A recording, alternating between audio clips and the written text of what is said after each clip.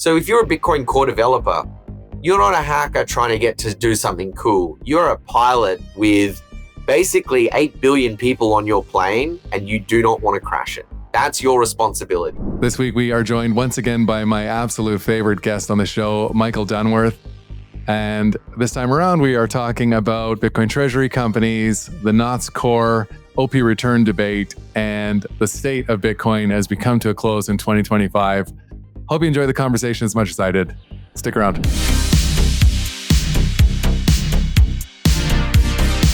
Welcome to another episode of the Block Reward Podcast. We are joined this week by our esteemed only three-time guest on the show, the one and only Michael Dunworth. Mike, welcome back. Thanks for having me, Scott. Always good to be here. My favorite. Many things to catch up on. You were just getting started. I'm like, we got to hit record. So where do we start? Man, it's pretty wild. Like at the moment, I feel like over the past 6 months, we've seen like the come and go of, or not come and go, but we've seen the Bitcoin Treasury play kind of unfolding a bit.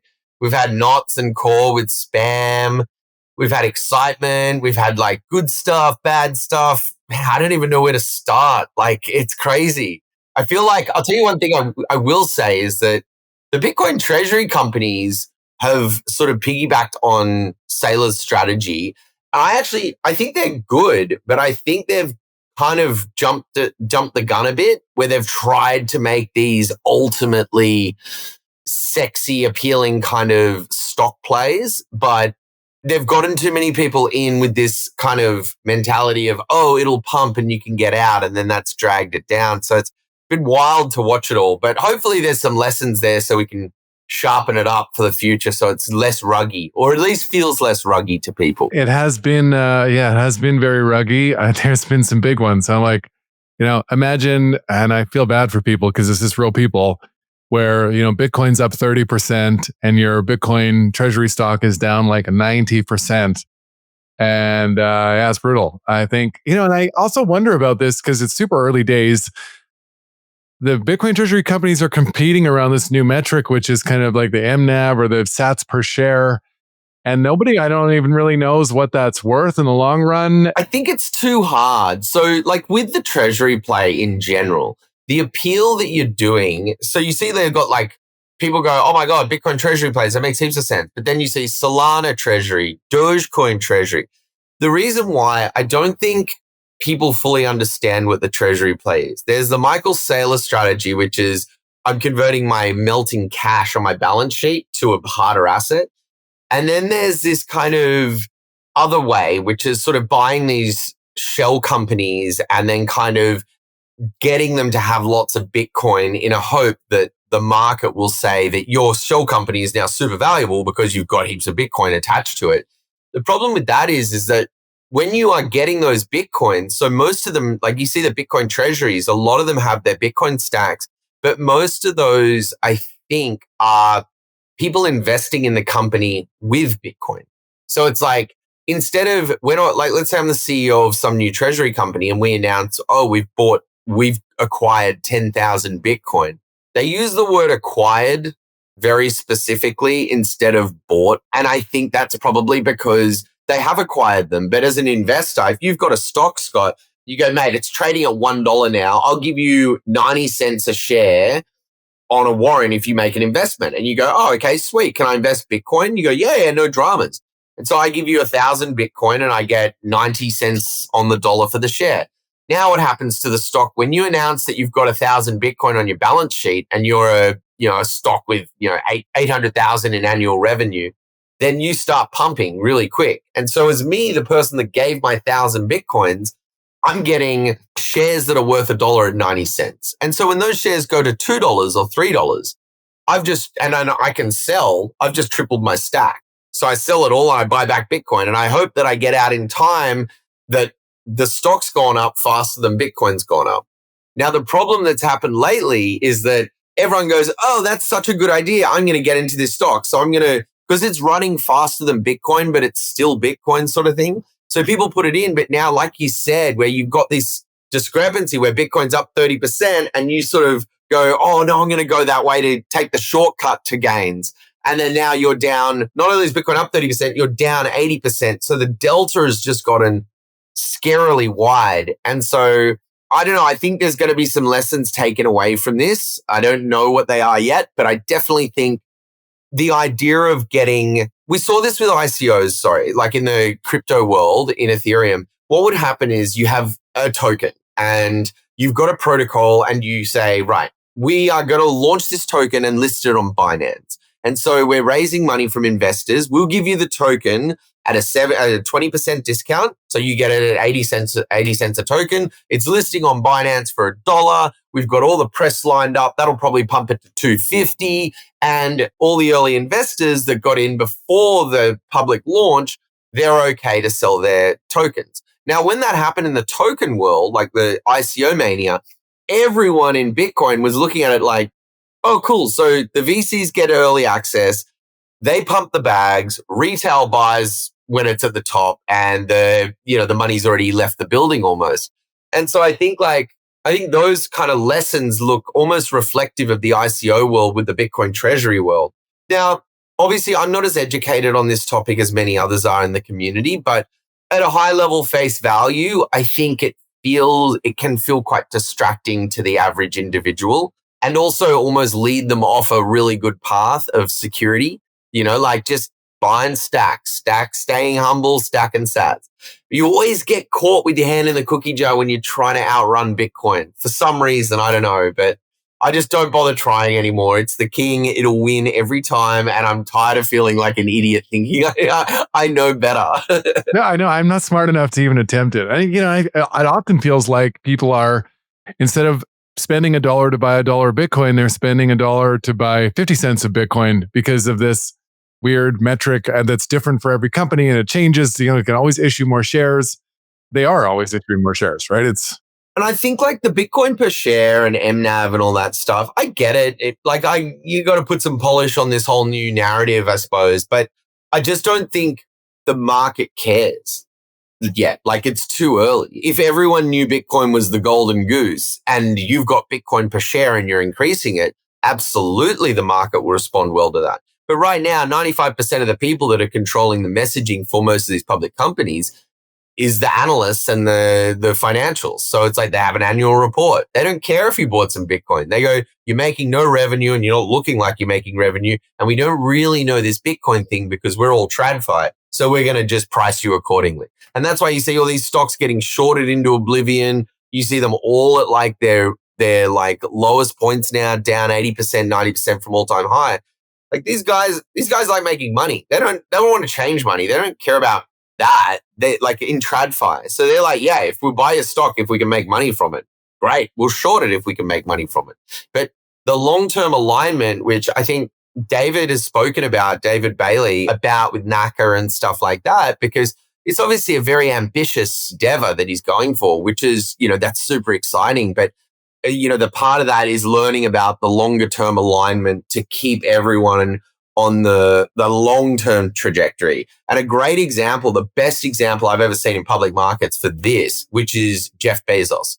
So when they went public, everyone was like, Amazon, you're not making enough money. Oh, where's the revenue? And he goes, no, like, fuck off all of you. We're not the revenue guys. We're reinvesting all of it into infrastructure. If you guys are coming here looking for Q4 20% month over month revenue numbers, don't bother. And when he did that, he sent a letter out to every shareholder and basically just completely from then on, everyone goes, oh, that's what Amazon's doing. And so they buy into that because they're aligned with that message from the ground up. But if you come in and I say, yo, dude, it's going to pump. Just trust me. Just put in 1,000 Bitcoin or something. It's going to be massive. That becomes a different sell. So you're a short-term gain looking for an opportunity. So when you sell in 3 months' time, when it's up 5x, I shouldn't be surprised. My goal is to not have you want to sell though. And so that usually starts before the conversation in terms of how do I get your money into my company? Well, I need to tell you the vision long-term. So the easy way is to say, oh, you'll make heaps and you'll be out of the company in 6 months and sell it. But the right one is probably to say, don't touch it for 7 to 10 years and give them investor lockup for like 4 or 5 years. Because then it's going to change how quickly you can raise capital. And that's going to change how much long-term alignment you've got. So, like early ripe, early rotten. Easy come, easy go. It's people had sayings for this stuff forever. I mean, and that's where I do kind of think that strategy is different. And there's kind of strategy and there's everybody else, not just because of the size of their stack, but for those reasons you just listed. Like, they have really been very public about what they're doing and why they're doing it. And I think that they're the only ones that have both the conviction and the scale to do the other stuff that is actually, I think, the really interesting stuff, like this high yielding preferred share conversion, the STRC, STRF, SRK. That potentially is like a flywheel for creating an infinite amount of money to flow in. They'll be the only ones who could do that. Yeah, I agree. I think they kind of got the position in the market. And then I suppose Metaplanet, so we're all seeing these stocks pump or get a lot of attention.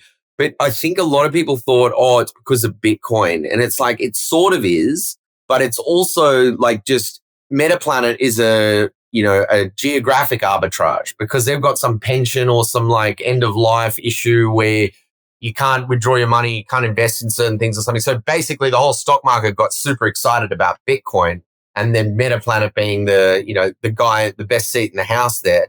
Strategy sort of with US, but I just don't know if that sort of default model of we don't do anything, but we got heaps of Bitcoin. It kind of starts feeling like, and I get that Bitcoin is more valuable than everyone. I get the narrative. I get why you should be more valuable than everyone else. But I'm just saying the audience you're speaking to are not Bitcoiners. They're TradFi people. So you have to speak their language. Their language is revenue, cash flow, EBITDA, gross profit, net profit. So when you don't have any of those things in your wheelhouse, but you're like, I've got heaps of these things. Those guys are like, well, that's not it yet. We judge quarter by quarter. They don't judge on a 10-year cycle. They live quarter to quarter, which is also a damaging thing because the stock market operates in these sort of quarter to quarter basis. It forces people not to be long-term orientated. So it forces, we need to meet these Q4 numbers this year. How do we do it? Well, we can't reinvest for the future. There's a really good example of the CEO at OFX, which is a foreign exchange company in Australia. He was like, okay, guys, we've got to re-engineer. They were trying to re-engineer their whole tech stack. And he's the CEO of a publicly traded company. He comes out, quarterly numbers come out, they're okay. And he goes, yeah, they're down a bit because we're reinvesting over the next 2 years. We want to be bringing our price point down to here and blah, blah, blah. And they go, nah, you're fired. We don't have 2 years. And so they boot him out. It's like, dude, we need the guy that's going to get more revenue next quarter, not the guy that thinks in year scales. And so he's gone. He's out of a job for trying to do the right thing long term. And it's like, bro, you can't win with these guys. So anyway, but look, it's all a learning curve. And for what it's worth, I see a lot of hostility around the Treasury companies. I like the idea of the Treasury companies just so much. The execution may be a bit wobbly or expeditious, let's say. And I just think it's about being cautious because Bitcoin's identity is so fragile. Like, it's so hardened, but it's also so fragile where anytime you don't want to give the public people, the public markets, the reason to say, oh yeah, see, Bitcoin's a scam. Like, and when we kind of have these people that get their feathers ruffled from the public markets, like the Treasury stuff, sometimes they feel that they're being scammed. But I don't have any ill will or anything like that towards everyone trying stuff because I'm a big proponent of trying stuff to see what works. But I think there'll definitely be plenty of lessons and room for improvement moving forward from this world of the current implementation of treasuries. Yeah, and I didn't think this would be the case 3 months ago, but I am starting to wonder if some of these ones that have got really upside and down and backwards could be like a risk to price discovery, or we'll see. Yeah. Well, so one of the real, so there's risks like the, sentimental risks, Bitcoin's bad, this company scams some, whatever. That's one thing.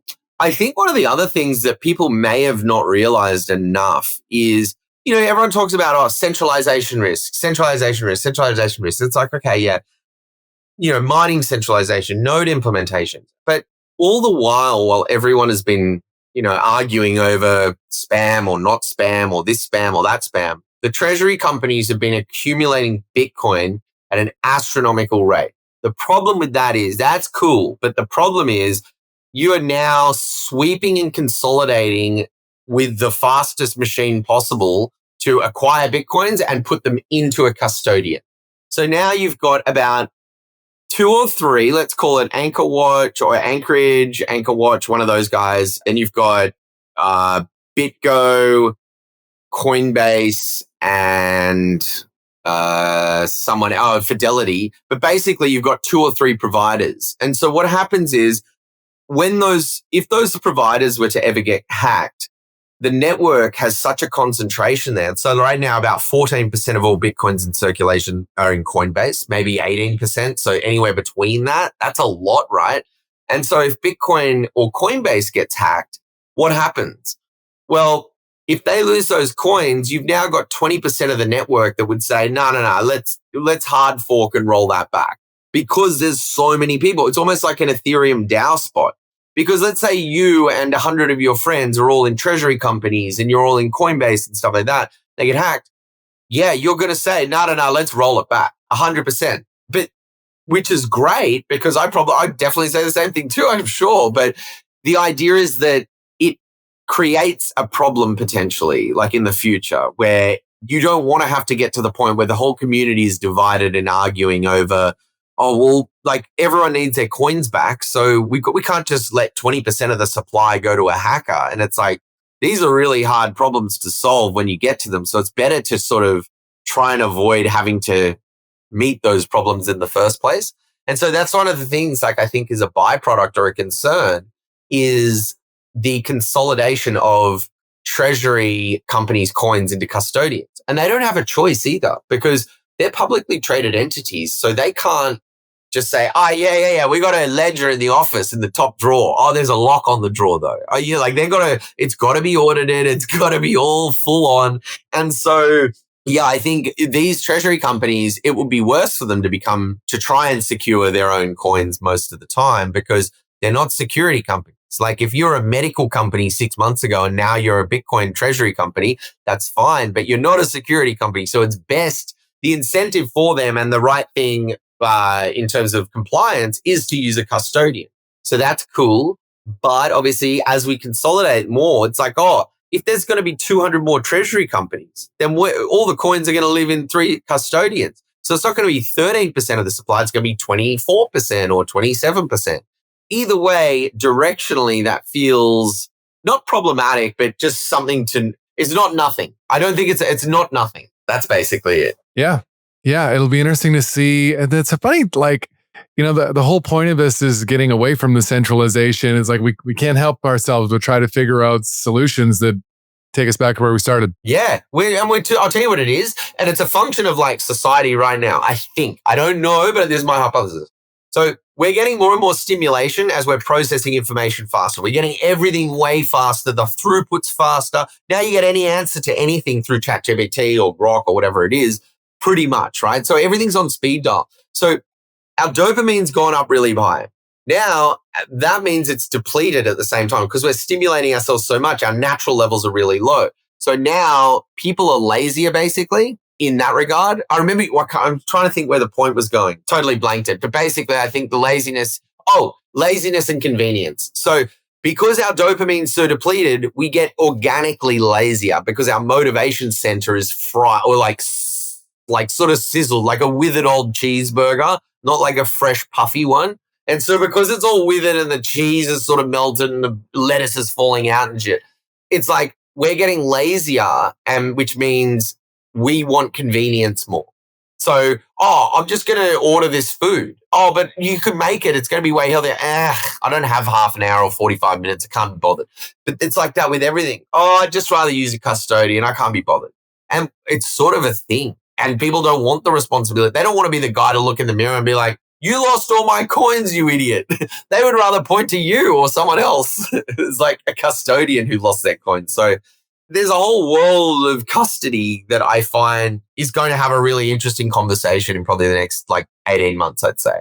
Something will happen. You were in that business at one time, weren't you? Or Yeah. And it was fantastic. It was awesome. So our business at the time was, because of all this stuff in terms of convenience and laziness and stuff, we helped people. We did all this work in getting licensing and on-ramps and off-ramps and banking partners. We felt better that it would be better to wrap it up into an API and give it to everyone so we could all move faster. Because we're all lazy, we don't want 100 people having to go get 50 state licenses and that takes years for each team. So it'd be better like just stand on us, like use us as a doormat because we've done all the hard stuff.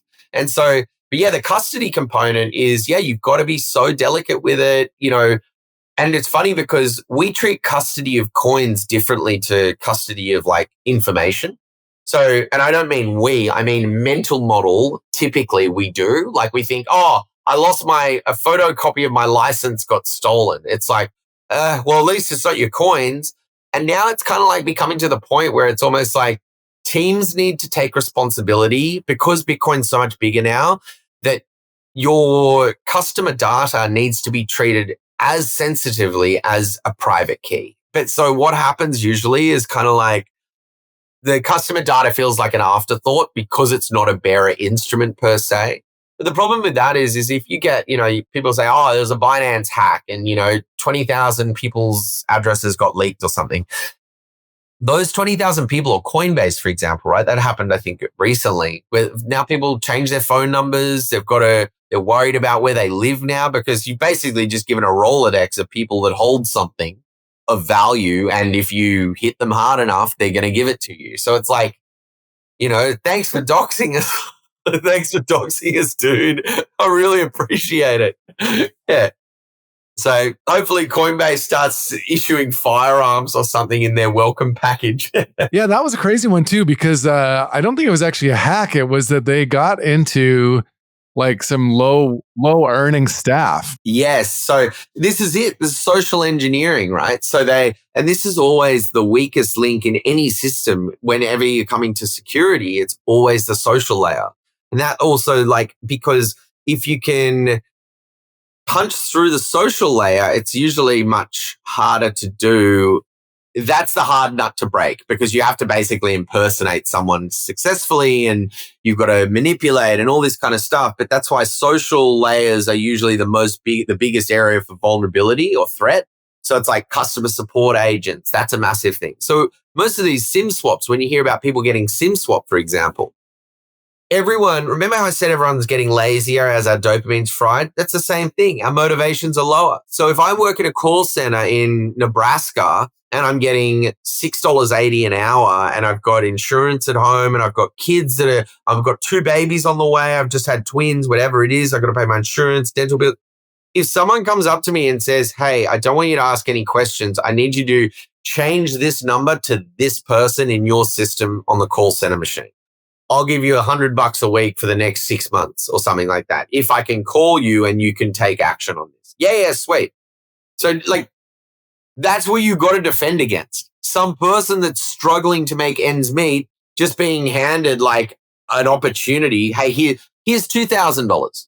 Here, like $2,000 doesn't seem very game changing, but that can be very game changing to a person's life who's struggling. And that $2,000 investment for the black hat, that might be the best investment ever made, like the ROI on that. So this is where it's very hard to scale inequality, basically. Like it's really like that disparity between wealth doesn't scale, basically. And so I think actually one of the biggest things for AI for Bitcoin companies in general is going to be customer support agents because they won't be able to be socially engineered. So they won't be emotionally manipulated or like, oh, please, my boss is yelling at me. I've got to get this transaction. Like, because they'll put on the whole works, by the way. And when I say like, oh, you get social engineered, I don't mean, oh, yeah, he just convinced me. I mean, like, we've got calls, like 40-minute calls with people where they're pretending to be someone's dead grandma or something. And then you find out it's like a 30-year-old person trying to rort their grandma. And you're like, the lengths, it's like very eye-opening where you're like, oh my gosh. And then you start thinking, holy shit, I should start doing the same to my grandma. But it's wild out there. It's wild. Hey everyone, quick question. Have you ever thought about starting a video podcast like this one? I want to introduce you to the team behind my show, Podigy. This podcast has been one of the best marketing tools for our business, and thanks to Podigy, all I have to do is hit record. They handle everything else: editing, writing, publishing, and making sure that it's perfectly optimized for every platform. They only work with disruptors, mavericks, and change makers, People making a real difference, spreading big ideas. Typically, Podigy is fully booked, but right now they have a few spots open for new clients. Listeners of this show get 10% off launching their own podcast or optimizing their current one. Click the link in the bio for a free one-on-one podcast planning session with Podigy. If you are thinking about starting a podcast or you have one and you want to take it to the next level, I can't recommend Podigy enough. Check them out. You mentioned if you don't want to divide the community, but the community is like already divided, and I thought we could definitely, this is actually a subject that we haven't tackled on the show yet. There hasn't been the right guest to do it, but so I want to talk a little bit about knots versus core, and I thought it would be cool if you could just maybe for the listeners first give a 50,000 foot overview of what that situation is. Yeah, okay. I'll give a go. I'm not the best person to speak on the topic, but I'll do my best. So, Bitcoin knots and Bitcoin core. Okay, you've got an app on your phone. There's an app on your phone called Spotify, and Spotify can run on iOS and Spotify can run on Android. The people that build Android are saying, no, we don't want any limitations on anything. This should be a developer-friendly environment, and Spotify should be able to do whatever they want. The problem is when iPhone people switch to Android, they use Spotify and they get all these ads. They've got all this junk. It's like a very cluttered, noisy experience. When I listen to Spotify, I'm not looking to find pictures of bananas. I'm not looking to play chess. I'm looking to I'm looking to listen to music. I'm very intentional. And the modularity of apps on our phone shows the intentionality of what we're trying to do. Because we have apps for things. You don't open the Notepad app to order a burger from Uber Eats, and you don't open Uber Eats to go search the web. We're very modular and very intentful. As we become more conscious, we become more understanding of the intent of what we're trying to do. So focus in a way. And I think Knots is saying, no, let's just keep Spotify as music. We get it. We can build more, but let's just focus on Spotify being music. Nothing else, and let's be the best music system possible. And Android is saying, well, no, we actually want flexibility because who are we to say that it should just be music? What if people want other things? And it's like, okay, that's sort of the high level. Basically, it's saying one is open sesame and you can do it what you want and customize it and all that. And the other is it's focused on being money and you can do whatever you want around that premise. And so that's like a zoomed out version, very lightweight version. But the idea that for me that I lean towards is and I've used core for my entire life and career in Bitcoin, and it's been exceptional and reliable, and the team has always been brilliant. That said, at the moment, it feels like there's less long-term thinking and mature kind of engineering thinking, and it's very excitable thinking. And so Bitcoin Core is trying to open up the floodgates for a few new features, and that can risk the identity of Bitcoin. So the risk of Bitcoin and crypto right now, we say Bitcoin and crypto because Bitcoin has an identity. It's money. Now, crypto doesn't know what it is yet. That's why we lump it all together. And so if Bitcoin didn't have an identity of money, focus, basically, then it would just be called all crypto. There wouldn't be Bitcoin and crypto. And so I think the privilege that Bitcoin has had of being focused and knowing its sole focus is money, I think that's really powerful. And that's the kind of stuff you can't buy. You can't write code to make that. That is like social proof stacked on each other for years and years on end. We've got Michael Saylor changing the whole world with his company. We've got Safadine changing the whole economic world with his book. Your book, Mixing Spirituality. Like, there is something very powerful here that needs to be focused on. And I think money is a problem that we can guarantee there is 8 billion people that have problems with it. Like, every single person has to figure out how to get it. So basically, the too long didn't read, of core and knots is that knots is basically saying, let's focus on sharpening iron and keep going as being money. And the other one is saying, well, let's extend the use cases or the opportunities for people to participate in Bitcoin. Now, no one's right or wrong. It's more just an evaluation of like the outlook for this. Some people look at this as almost like as an engineering project where they can tinker with it. And other people see it almost as a finished kind of monument or structure that needs to be preserved instead of, tinkered with. It's like having the biggest tree in the forest in Avatar, that massive tree, that tree of life or whatever. You don't cut that down because you need wood. You don't put tree houses in it. Like, that's the thing. You just worship it and you acknowledge it and you take care of it. And so my mentality is more like, okay, I don't know Satoshi. I don't know if he has kids or not or whatever, but Bitcoin is like a child that he made, and we're basically the godparents. So it's not on us to say, this is what it should be. This is what it shouldn't be. The thing we should be focused on is just keeping it as is. And Larry Bird is really, really clever with this, which he said at a speech in the NBA, he said about like the progress of the game. He goes, look, if you guys leave the game the way you found it, the game gets to live on forever. And I thought that was such a brilliant way of phrasing it, because when you come and you add your little thing and this little thing and that, make this tweak, we change these rules. By the end of, 20, 50 years, you can't even recognize what it is. It's like looking at the English language from 400 years ago. You probably couldn't speak it and I probably couldn't speak it, or we'd be way more lost than we probably should be. The same way, 20 years from now, people are going to have to translate all the memes and in-jokes that we put on the internet, because none of it will make sense to them because they've got no context. So because we've been writing all this stuff anyway, so basically with Knots and Core, I just think it's a matter of focus. And I don't know any time in history where the person who isn't focused wins. And so irrespective of Core, I don't have anything against the people at Core or anything like that, but I do have reservations about the mentality of sort of just keep trying stuff. We've got to make sure miners have got incentives and revenue. It's just not the way Bitcoin goes, because Bitcoin is the only thing that you don't do that with. Try and tinker with everything else, but Bitcoin is sort of the untinkerable machine. That's how I think of it. But you know what? I'm a boomer maybe. I'm out of touch, and the cool thing to do is make all these changes. But I just don't see success on the other side of that because there's no focus. Yeah, I mean, and like kind of the core principle of unchanging is what makes this thing easy to figure out what it is. Are you surprised to see some like really long-term and very high-profile Bitcoiners siding on the other side? Blew my mind.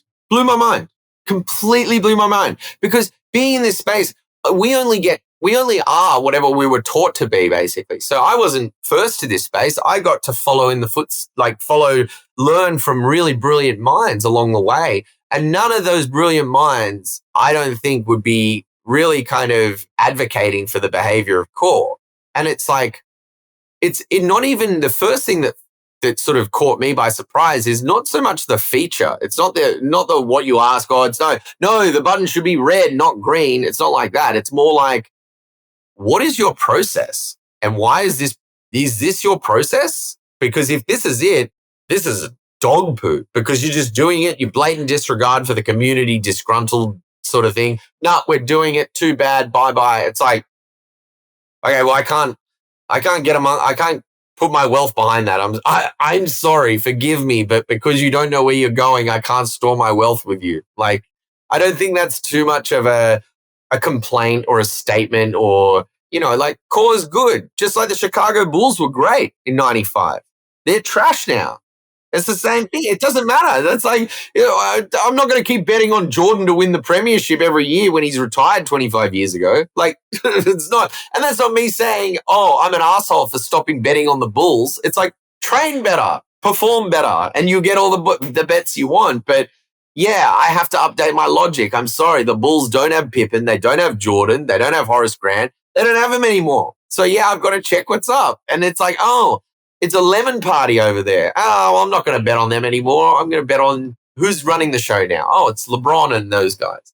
But you got to adapt. If you don't adapt, you die. So we've got to kind of update our software stacks and our information stacks and stuff. And yeah, I think Core's mentality has sort of changed a bit, or maybe their process or something. But it's so hard, between like trying to figure out who's who in the zoo, who's saying what they mean, who's being paid to say it? Is this AI? Is this AI slop? Dude, it is exhausting to have a conversation on the internet now. Like, exhausting. Yeah, the dialogue seems to have really changed. And yeah, it's amazing.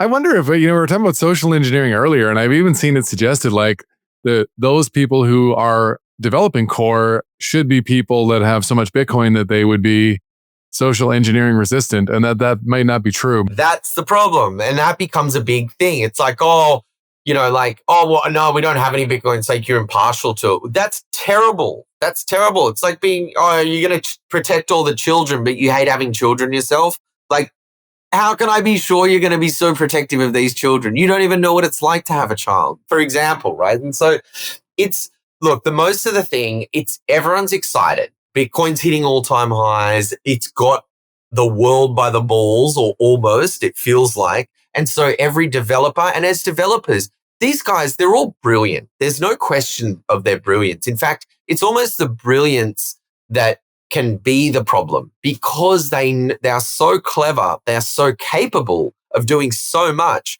They want to express themselves through their work. And I understand that wholeheartedly. And I do respect that. But I think as time goes on in their journeys of engineering or whatever it is, I think they'll sort of zoom out and see this kind of slow is smooth, slow is secure, and secure is slow, and slow is smooth, and smooth is fast. And so that boring boomer mentality where you're like, we could do 100 new features. That boringness is why planes stay in the sky. It's why hospitals never see blue screens of death across the whole building. These redundancies are, and professionalism and respect for the participants is a huge thing. So if you're a Bitcoin core developer, you're not a hacker trying to get to do something cool. You're a pilot with basically 8 billion people on your plane, and you do not want to crash it. That's your responsibility. That is how I perceive someone who's working in core development, be it on Knots, be it on Bitcoin Core, be it on anything. The respect, you are a leader in that position, and you need to lead with, courage and confidence, basically. You've got to focus, you've got to say no to stuff. So Bitcoin its superpower has always been saying no to everything. Let's add this feature. We could do this. This would be really good. No, it's the most boring person at the party. No, I'm not interested. No, I'm not interested. It's like a girl that says no to a million dudes. No, definitely not. Like, that is so they're just palming people off. But all of a sudden, Bitcoin Core started saying yes. And I was like, what? No, what? You never say yes to anything. What's going on here, guys? And that's what made me think like, some process is broken, because they've said no for 14 years straight, basically, to everything. Yet all of it, and the moment they say yes to anything, it's only ever if everyone is like, yeah, obviously we want you to be able to fix that. Thank you. But if it's like the moment it would get a whiff of someone being like, I don't know, cancel. Because Bitcoin is so strong, and everyone laughs at me when I say this, like it's some hippie woo-woo, but it's just not, because social engineering is the biggest attack vector that makes Bitcoin's social alignment the strongest security policy, which means when we're all protecting against the same thing, we're stronger. But if we don't agree on one person being a threat and one person not being a threat, we've got a different idea of what a threat looks like. We're now divided. As a security team guarding this thing, we have division, because we're not sure if we should let this person in or not, and you guys think we should, and we're sort of disagreeing with that. And now we've just basically got two paths to two different destinations almost. So I think the cause and effect of the changes that they have, they're in one of the most influential positions in history, I would argue. You are the central bankers, basically. The coders are now the central bankers.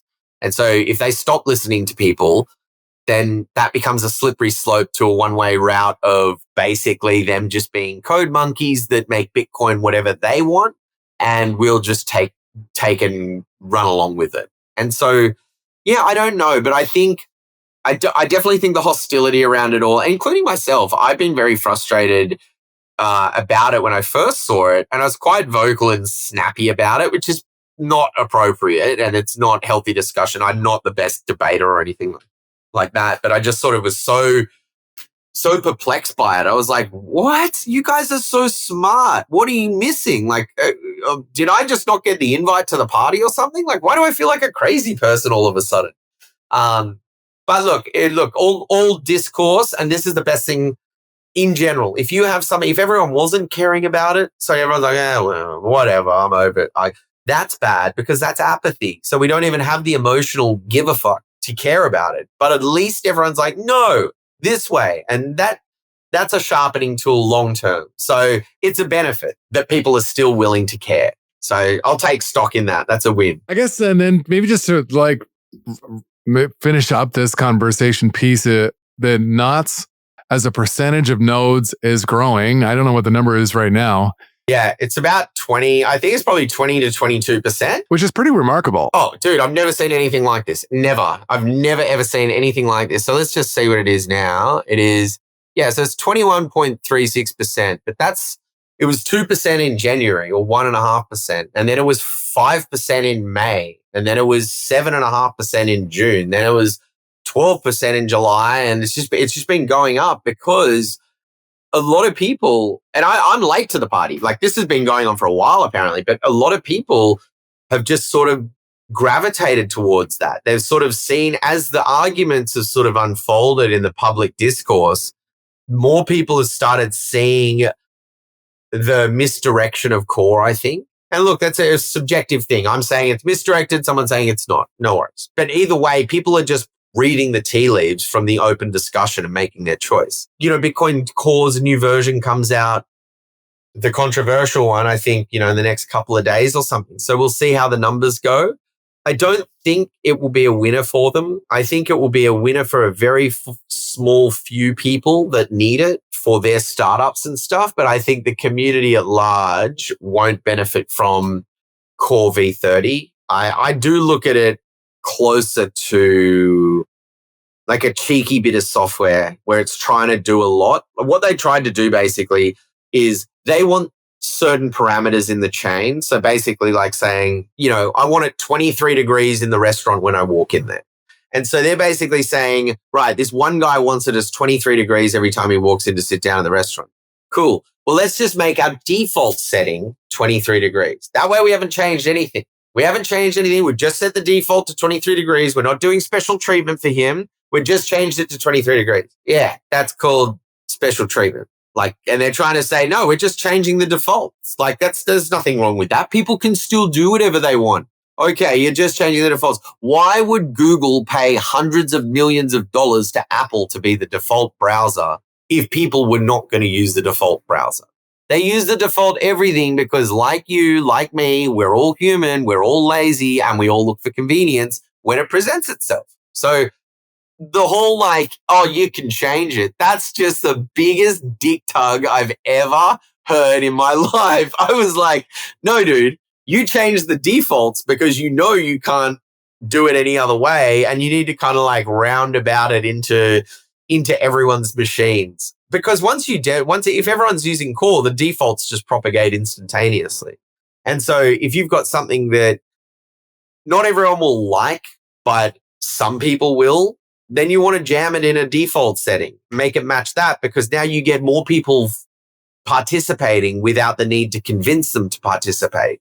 And so I think that's kind of what everyone's sort of figured out, is where they're like, oh, you are making a bunch of default changes to make it convenient for this company, but not me. And you trying to say it's not for that reason, but it really looks like it's for that reason. I don't know. I think Core's got a lot to reflect on, I think. But again, what they say whenever I talk to people online about this, crypto anarchy, you can do whatever you want. It's like, all right, bro, you're on a different team to me. I must be on Earth with the other 8 billion and you're on some special person's team. Cool. Well, you guys have success then. I'm just going to keep being normal and trying to cooperate with everyone else.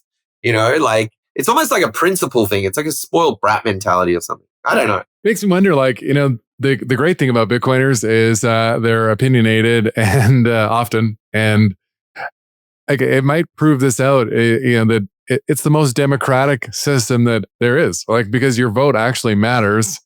And we'll see. I mean, I think it does. Everyone's told me for the past 3 or 6 months that doesn't matter. And I just think whatever you are, whatever side of the conversation you're on, that's just like saying, Voldemort. You just don't say that. Like he whose name must not be spoken kind of vibes. You don't want to put that energy out there. It creates confusion, as you're seeing by all the new people coming into the space. They're like, oh, I thought I needed to run a node. I thought I didn't need to. It's too hard.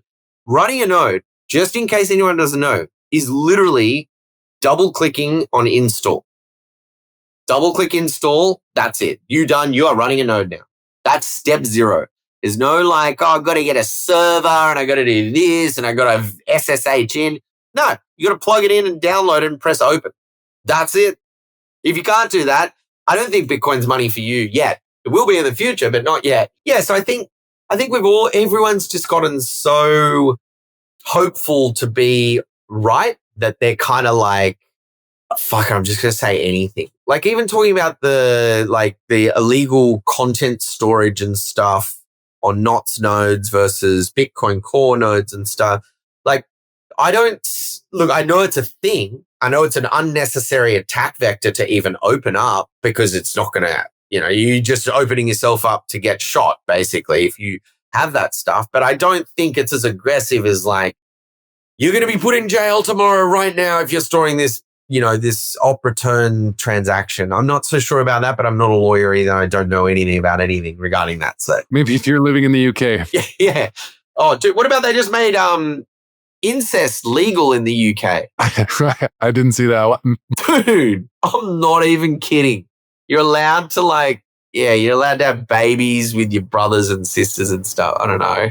But that's actually real, like in the law. And we're crazy for liking Bitcoin. Okay. There's some wild headlines, like I think just this week alone, there was one about Germany theoretically extending the pension age to 73. And digital ID in the UK, announcement this week. Oh yeah, the digital ID in the UK. Like, guys, I'm not against digital IDs. I'm not gonna, but just do them good. Like, just don't make some honeypot database where everyone's gonna get fucked because you guys can't secure it. And don't make it some weird thing where you have to have it because not everyone will be able to get it. Because, the 80-year-old person that uses a pen and paper and traditional, they don't have that. They don't want that. The only thing it comes down, anyway, it's just, there's so many pear-shaped decisions right now. I've just resorted to being, I'm too stupid. These people know clearly much more than I do, and they're much more informed. So I really hope they know what they're doing. But it just doesn't feel like they do. I know everyone has bad days on the job, myself included. I have days where I cannot deliver any quality work.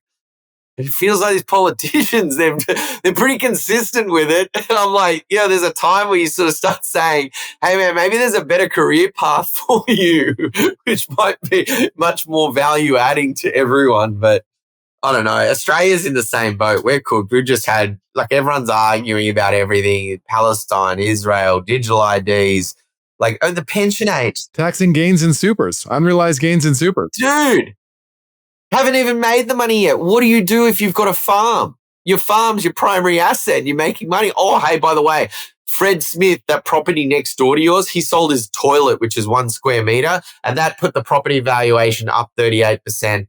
Can we have 25% tax of that 38% gain you haven't realized yet? Where do you get the cash flow for that? How does that work? It's like, figure it out. Okay, and I saw, these are all the same. There was maybe 2 or 3 weeks ago, a proposal in the UK for a 100% estate tax. So basically everybody would start from zero. Is that mental? And it's another thing with you're seeing all these curveball kind of decisions increase the pension age.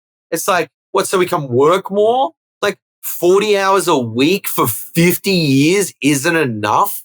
If you can't do it in 200,000 hours of professional work, I don't think you're going to be able to do it in 205,000 hours. You're not going to get the job done. So it's I just didn't really get that. And they were trying to do that in France as well, trying to push the pension age out. I don't know, but it smells smelly. There's some smelly reason, and it's not because of working long and is good. That's what we do. We're humans. It's I feel like there's something smellier on the other side of this. But yeah, we'll have to see. But geez, imagine if we didn't have Bitcoin right now.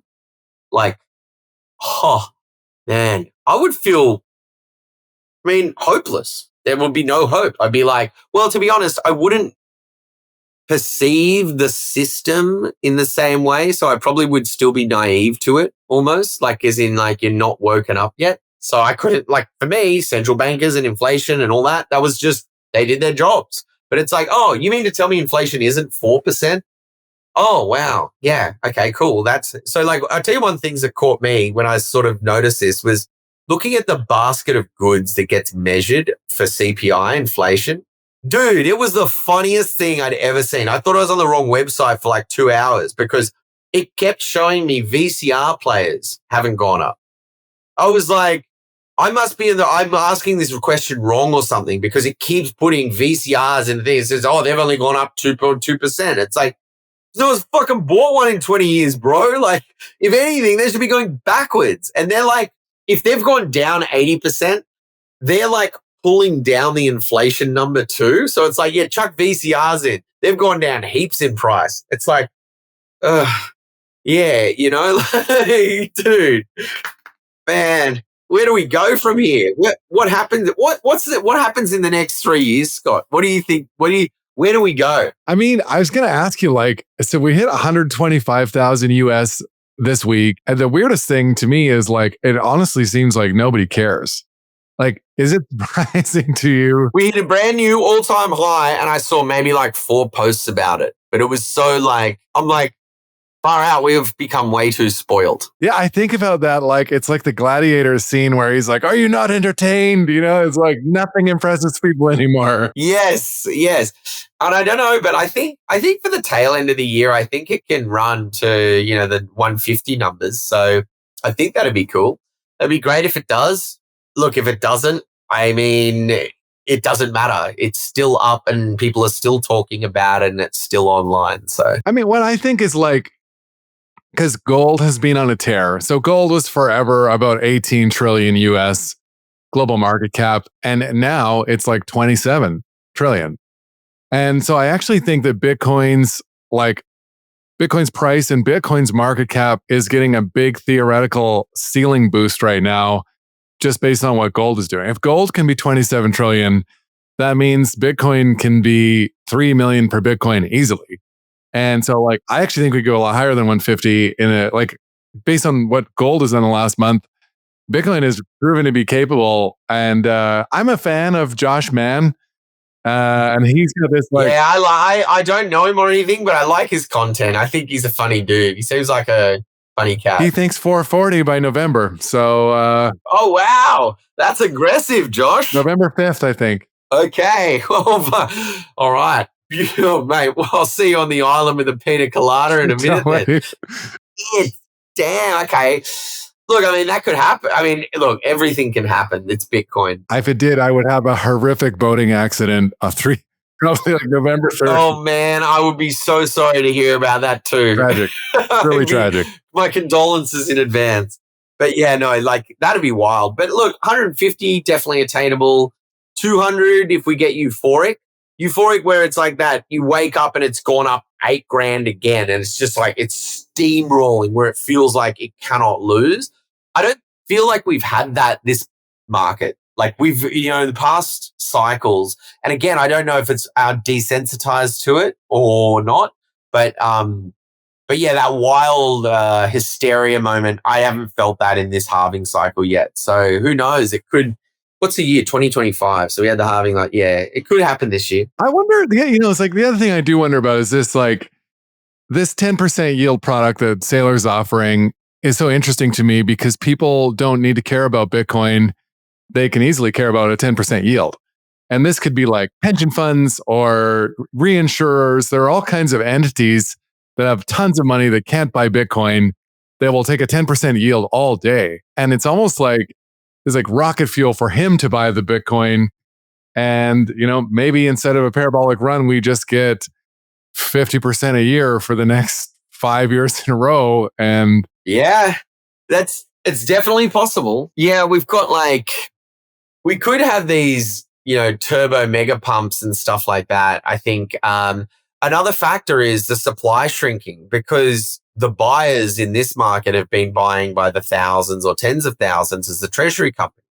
So, and they're not going very far with that money. Like, that money's probably not leaving their balance sheet anytime soon. As far as the 10% yield products, it's basically a bank where they're trying to source more deposits and use those deposits because they can put fuel, they can use that as fuel, basically. Just like a bank wants your money. So you store your money in your savings account, which is actually giving a loan to the bank. Same thing. They do, but instead of putting it in the bank, you get 2% or you can get 10% with STRC or whatever it is. I mean, is to attract deposits, which is what his goal is. So having capital under management, fantastic. No, I'm going to put my money with the 2% thing. Nah, no way. No, I'm right there with it. So, and people need the opportunity now. And I don't think Bitcoin has I don't think there's anything that will give you more bang for buck in terms of ease of entry and opportunity gain than Bitcoin. Especially if you take VCRs out of the CPI and you realize that it's actually... Dude, VCRs. Not even DVD players. VCRs. Like, oh man, that was a gold one. That's so funny. Dude, so cooked. But I don't know. I think does Bitcoin get a strategic reserve from the government? Or was that their selling point to get the people on board? Yeah, that's a good question. I don't know which side's going to blink first. Like the central banks are accumulating tons of gold right now, which is also just kind of puzzling for me, because surely they're at the highest levels of central banking. There have to be people that understand Bitcoin. That's the part that I really don't get. Well, so here's the thing, is that because, if we do think about the system being, corrupt and all that stuff, Bitcoin's probably something they don't want too much because they can't manipulate it. So if you can't manipulate or control the outcomes of Bitcoin, then you might get on a ticket, like you might buy something, put it in your pocket, but you're probably not going to evangelize it, because if you get everyone on a Bitcoin standard, it's going to be much harder to control economic outcomes, because it's just more of a free market than you controlling the market with inflation and quantitative easing and stuff like that. I do think that the analog Bitcoin, so like gold, I think that's about to go through. I mean, it's going through a rip right now, but I think with the change in economic policies everywhere, the lack of trust in fiat, banks are getting ready to hoard gold. And when you see, like with BRICS, they're doing all the they're creating gold smelting plants and stuff like that, I think, where they intend on using this as a standard. And so another thing is, because everyone's got it, like Bitcoin, gold is their version of Bitcoin. Everyone's got it, so let's do what's good for it. And so, yeah, I can imagine seeing gold get repriced, because if you've got a whole bunch of gold, I've got a whole bunch of gold, they've got a whole bunch of gold, hey, why don't we just reprice it? This feels way too small. Yeah, cool. All right, gold is now 15,000 instead of 3,800 or 4,500 or whatever. They can do that with gold. Yeah, I like the U.S. gold reserves are like $40 an ounce or something, right? They're booked at like some insanely low number. Insanely low number. And so for them, relative to debt and stuff like that, or appeasing the debt or looking like the solvency and stuff like that, I can see. They've said it won't happen, but I could not see that not happening. Like, that just feels like such a layup for them. Yeah. I've seen Lawrence Lepard talk about this a lot, and it's some really interesting ideas about a gold reprice. I would love to see the other, like the Uno card, where the Fed just dumps all their gold and buys Bitcoin, and that would be amazing. But wouldn't that be magic? That'd be good. Well, you know what? One thing we didn't talk about, right? So we forgot to, or you mentioned it and I forgot to talk about it with you, but price discovery and how that relates to these treasury companies. So when you're a treasury company and you go, we're buying 2,000 Bitcoin, you don't put a bid on Coinbase to buy 2,000 and someone fills it. You call up what's called an OTC trader, which is over the counter. So I'll call up the contact at Coinbase and say, hey, we want to buy 10,000 Bitcoin. What's the best price you can give me? And so they will look at the price and they'll say, let's say it's 120K. They might say, all right, we can lock it in at 118.5K. And so you get a small amount of slippage, but not heaps. And now they've got another buyer, another seller on the other side. So they found me, who's come to them saying, hi, I'd like 10,000 Bitcoin. They go, hey, Jimmy, do you still need those 10,000 Bitcoins? No, I'll sell them. All right, well, the price now is 120K. We're of OTC, so it doesn't force slippage, like bringing the price down. Would you be happy to sell them at 118.5? So it's about a 0.7% discount off spot. Yeah, sure. The problem is now none of those orders have been hit the market. So the price discovery hasn't been real, which is why people are sort of looking like, how can this be? People have bought like 1 million Bitcoins this year in companies alone and the price isn't up. Well, if everyone's buying and we're never pushing the price, we're only referencing it, meaning like, hey, that's what we've got. Are you cool with that? Yeah, cool. So this was all happening outside of that. So the price will never move because of this action, because it's not pushing or affecting the action. So, self-custody is price discovery. That's the best, healthiest way to think about it. Because when it's in institutional custody, a lot of off-chain, what we call net settlement. So net settlement is if I'm a trader during the day and I've got 100 clients, Scott's the first guy of the day. You want to buy 1,000 coins. So that's 1,000. Now, Fred comes to me later in the day. He goes, hey, I got to sell these 6,000 coins. I'm like, okay, cool. So we've got Scott buying 1,000, Fred selling 6,000. We net those off. So the net settlement of, well, we actually only have to sell 5,000 coins now because we've already got 1,000. You're trying to buy them. He's selling 6. And that net settlement is where the action happens. And so at the end of the day with traders, typically they'll net settle. Hey, you did that trade this morning for this much, and here's the difference you've got to settle. So we know everything's said and done. But that settlement never impacts the price. So there's no one sitting on the price being like, yeah, hold the price down until I've bought in 3 months' time. Yeah, okay. It's not like that. It's more like the action that usually produces the price is being done elsewhere. So the price isn't accommodating for that action. It hasn't factored it in. So I don't know, I just think that's another topic that people talk about a lot, like, the price suppression. And it's not so much a manufactured one. It's just a byproduct of the execution strategies from treasury companies. Yeah, that was a good one to come back to. Thanks for that. Yeah. So then now with that information in mind, then you look at the risks that custodianship has, because now not only is it that if you get hacked, we're all toast. It's if you get hacked, we're all toast and we probably want to fork. And then there's also the side effect of, price discovery it's being a little less organic. Now it's just a function of financial markets. This always happens, but it's still a thing. So that's like probably a reasonable, logical explanation for why people might think, why are we only at 120K? Saylor's bought like $10 trillion worth. I get it. But the most likely answer is just off-chain settlement. Well, Mike, I could do this all day. We'll do this on round 4. And I can guarantee that'll happen. Man, awesome. Thanks so much for having me, dude. I appreciate it. And by the way, I'm plugging it because it's my favorite book. But if you have not read Scott's book, fucking read it. It's the best book out there in Bitcoin. One of, if not the best spirituality books I've read. So, dude, I thought that was a banger. So that's my thanks to you for sure. You're too kind. The second edition is on its way sometime later this year. Let's go. Thanks for having me, Scott. I appreciate it. Thanks, Mike. And if you're listening and you made it all the way to the end, thanks again for tuning in. Hope to see you next week. Thanks for listening to this episode of The Block Reward. We're trying to do something different here, creating accessible conversations meant for people who aren't obsessed with Bitcoin. If you found this episode informative and engaging, hit that subscribe button to make sure you stay updated with future episodes. Your feedback matters.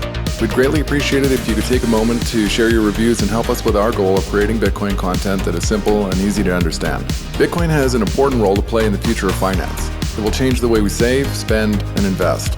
Discover why Bitcoin offers a game-changing opportunity for forward-thinking employers by visiting blockrewards.ca. Block Rewards' mission is helping Canadian employers implement strategies for integrating Bitcoin into compensation and benefits, supercharge your recruitment and retention strategies, and help your team members plan for the rising cost of living by rewarding their work with the hardest money ever invented.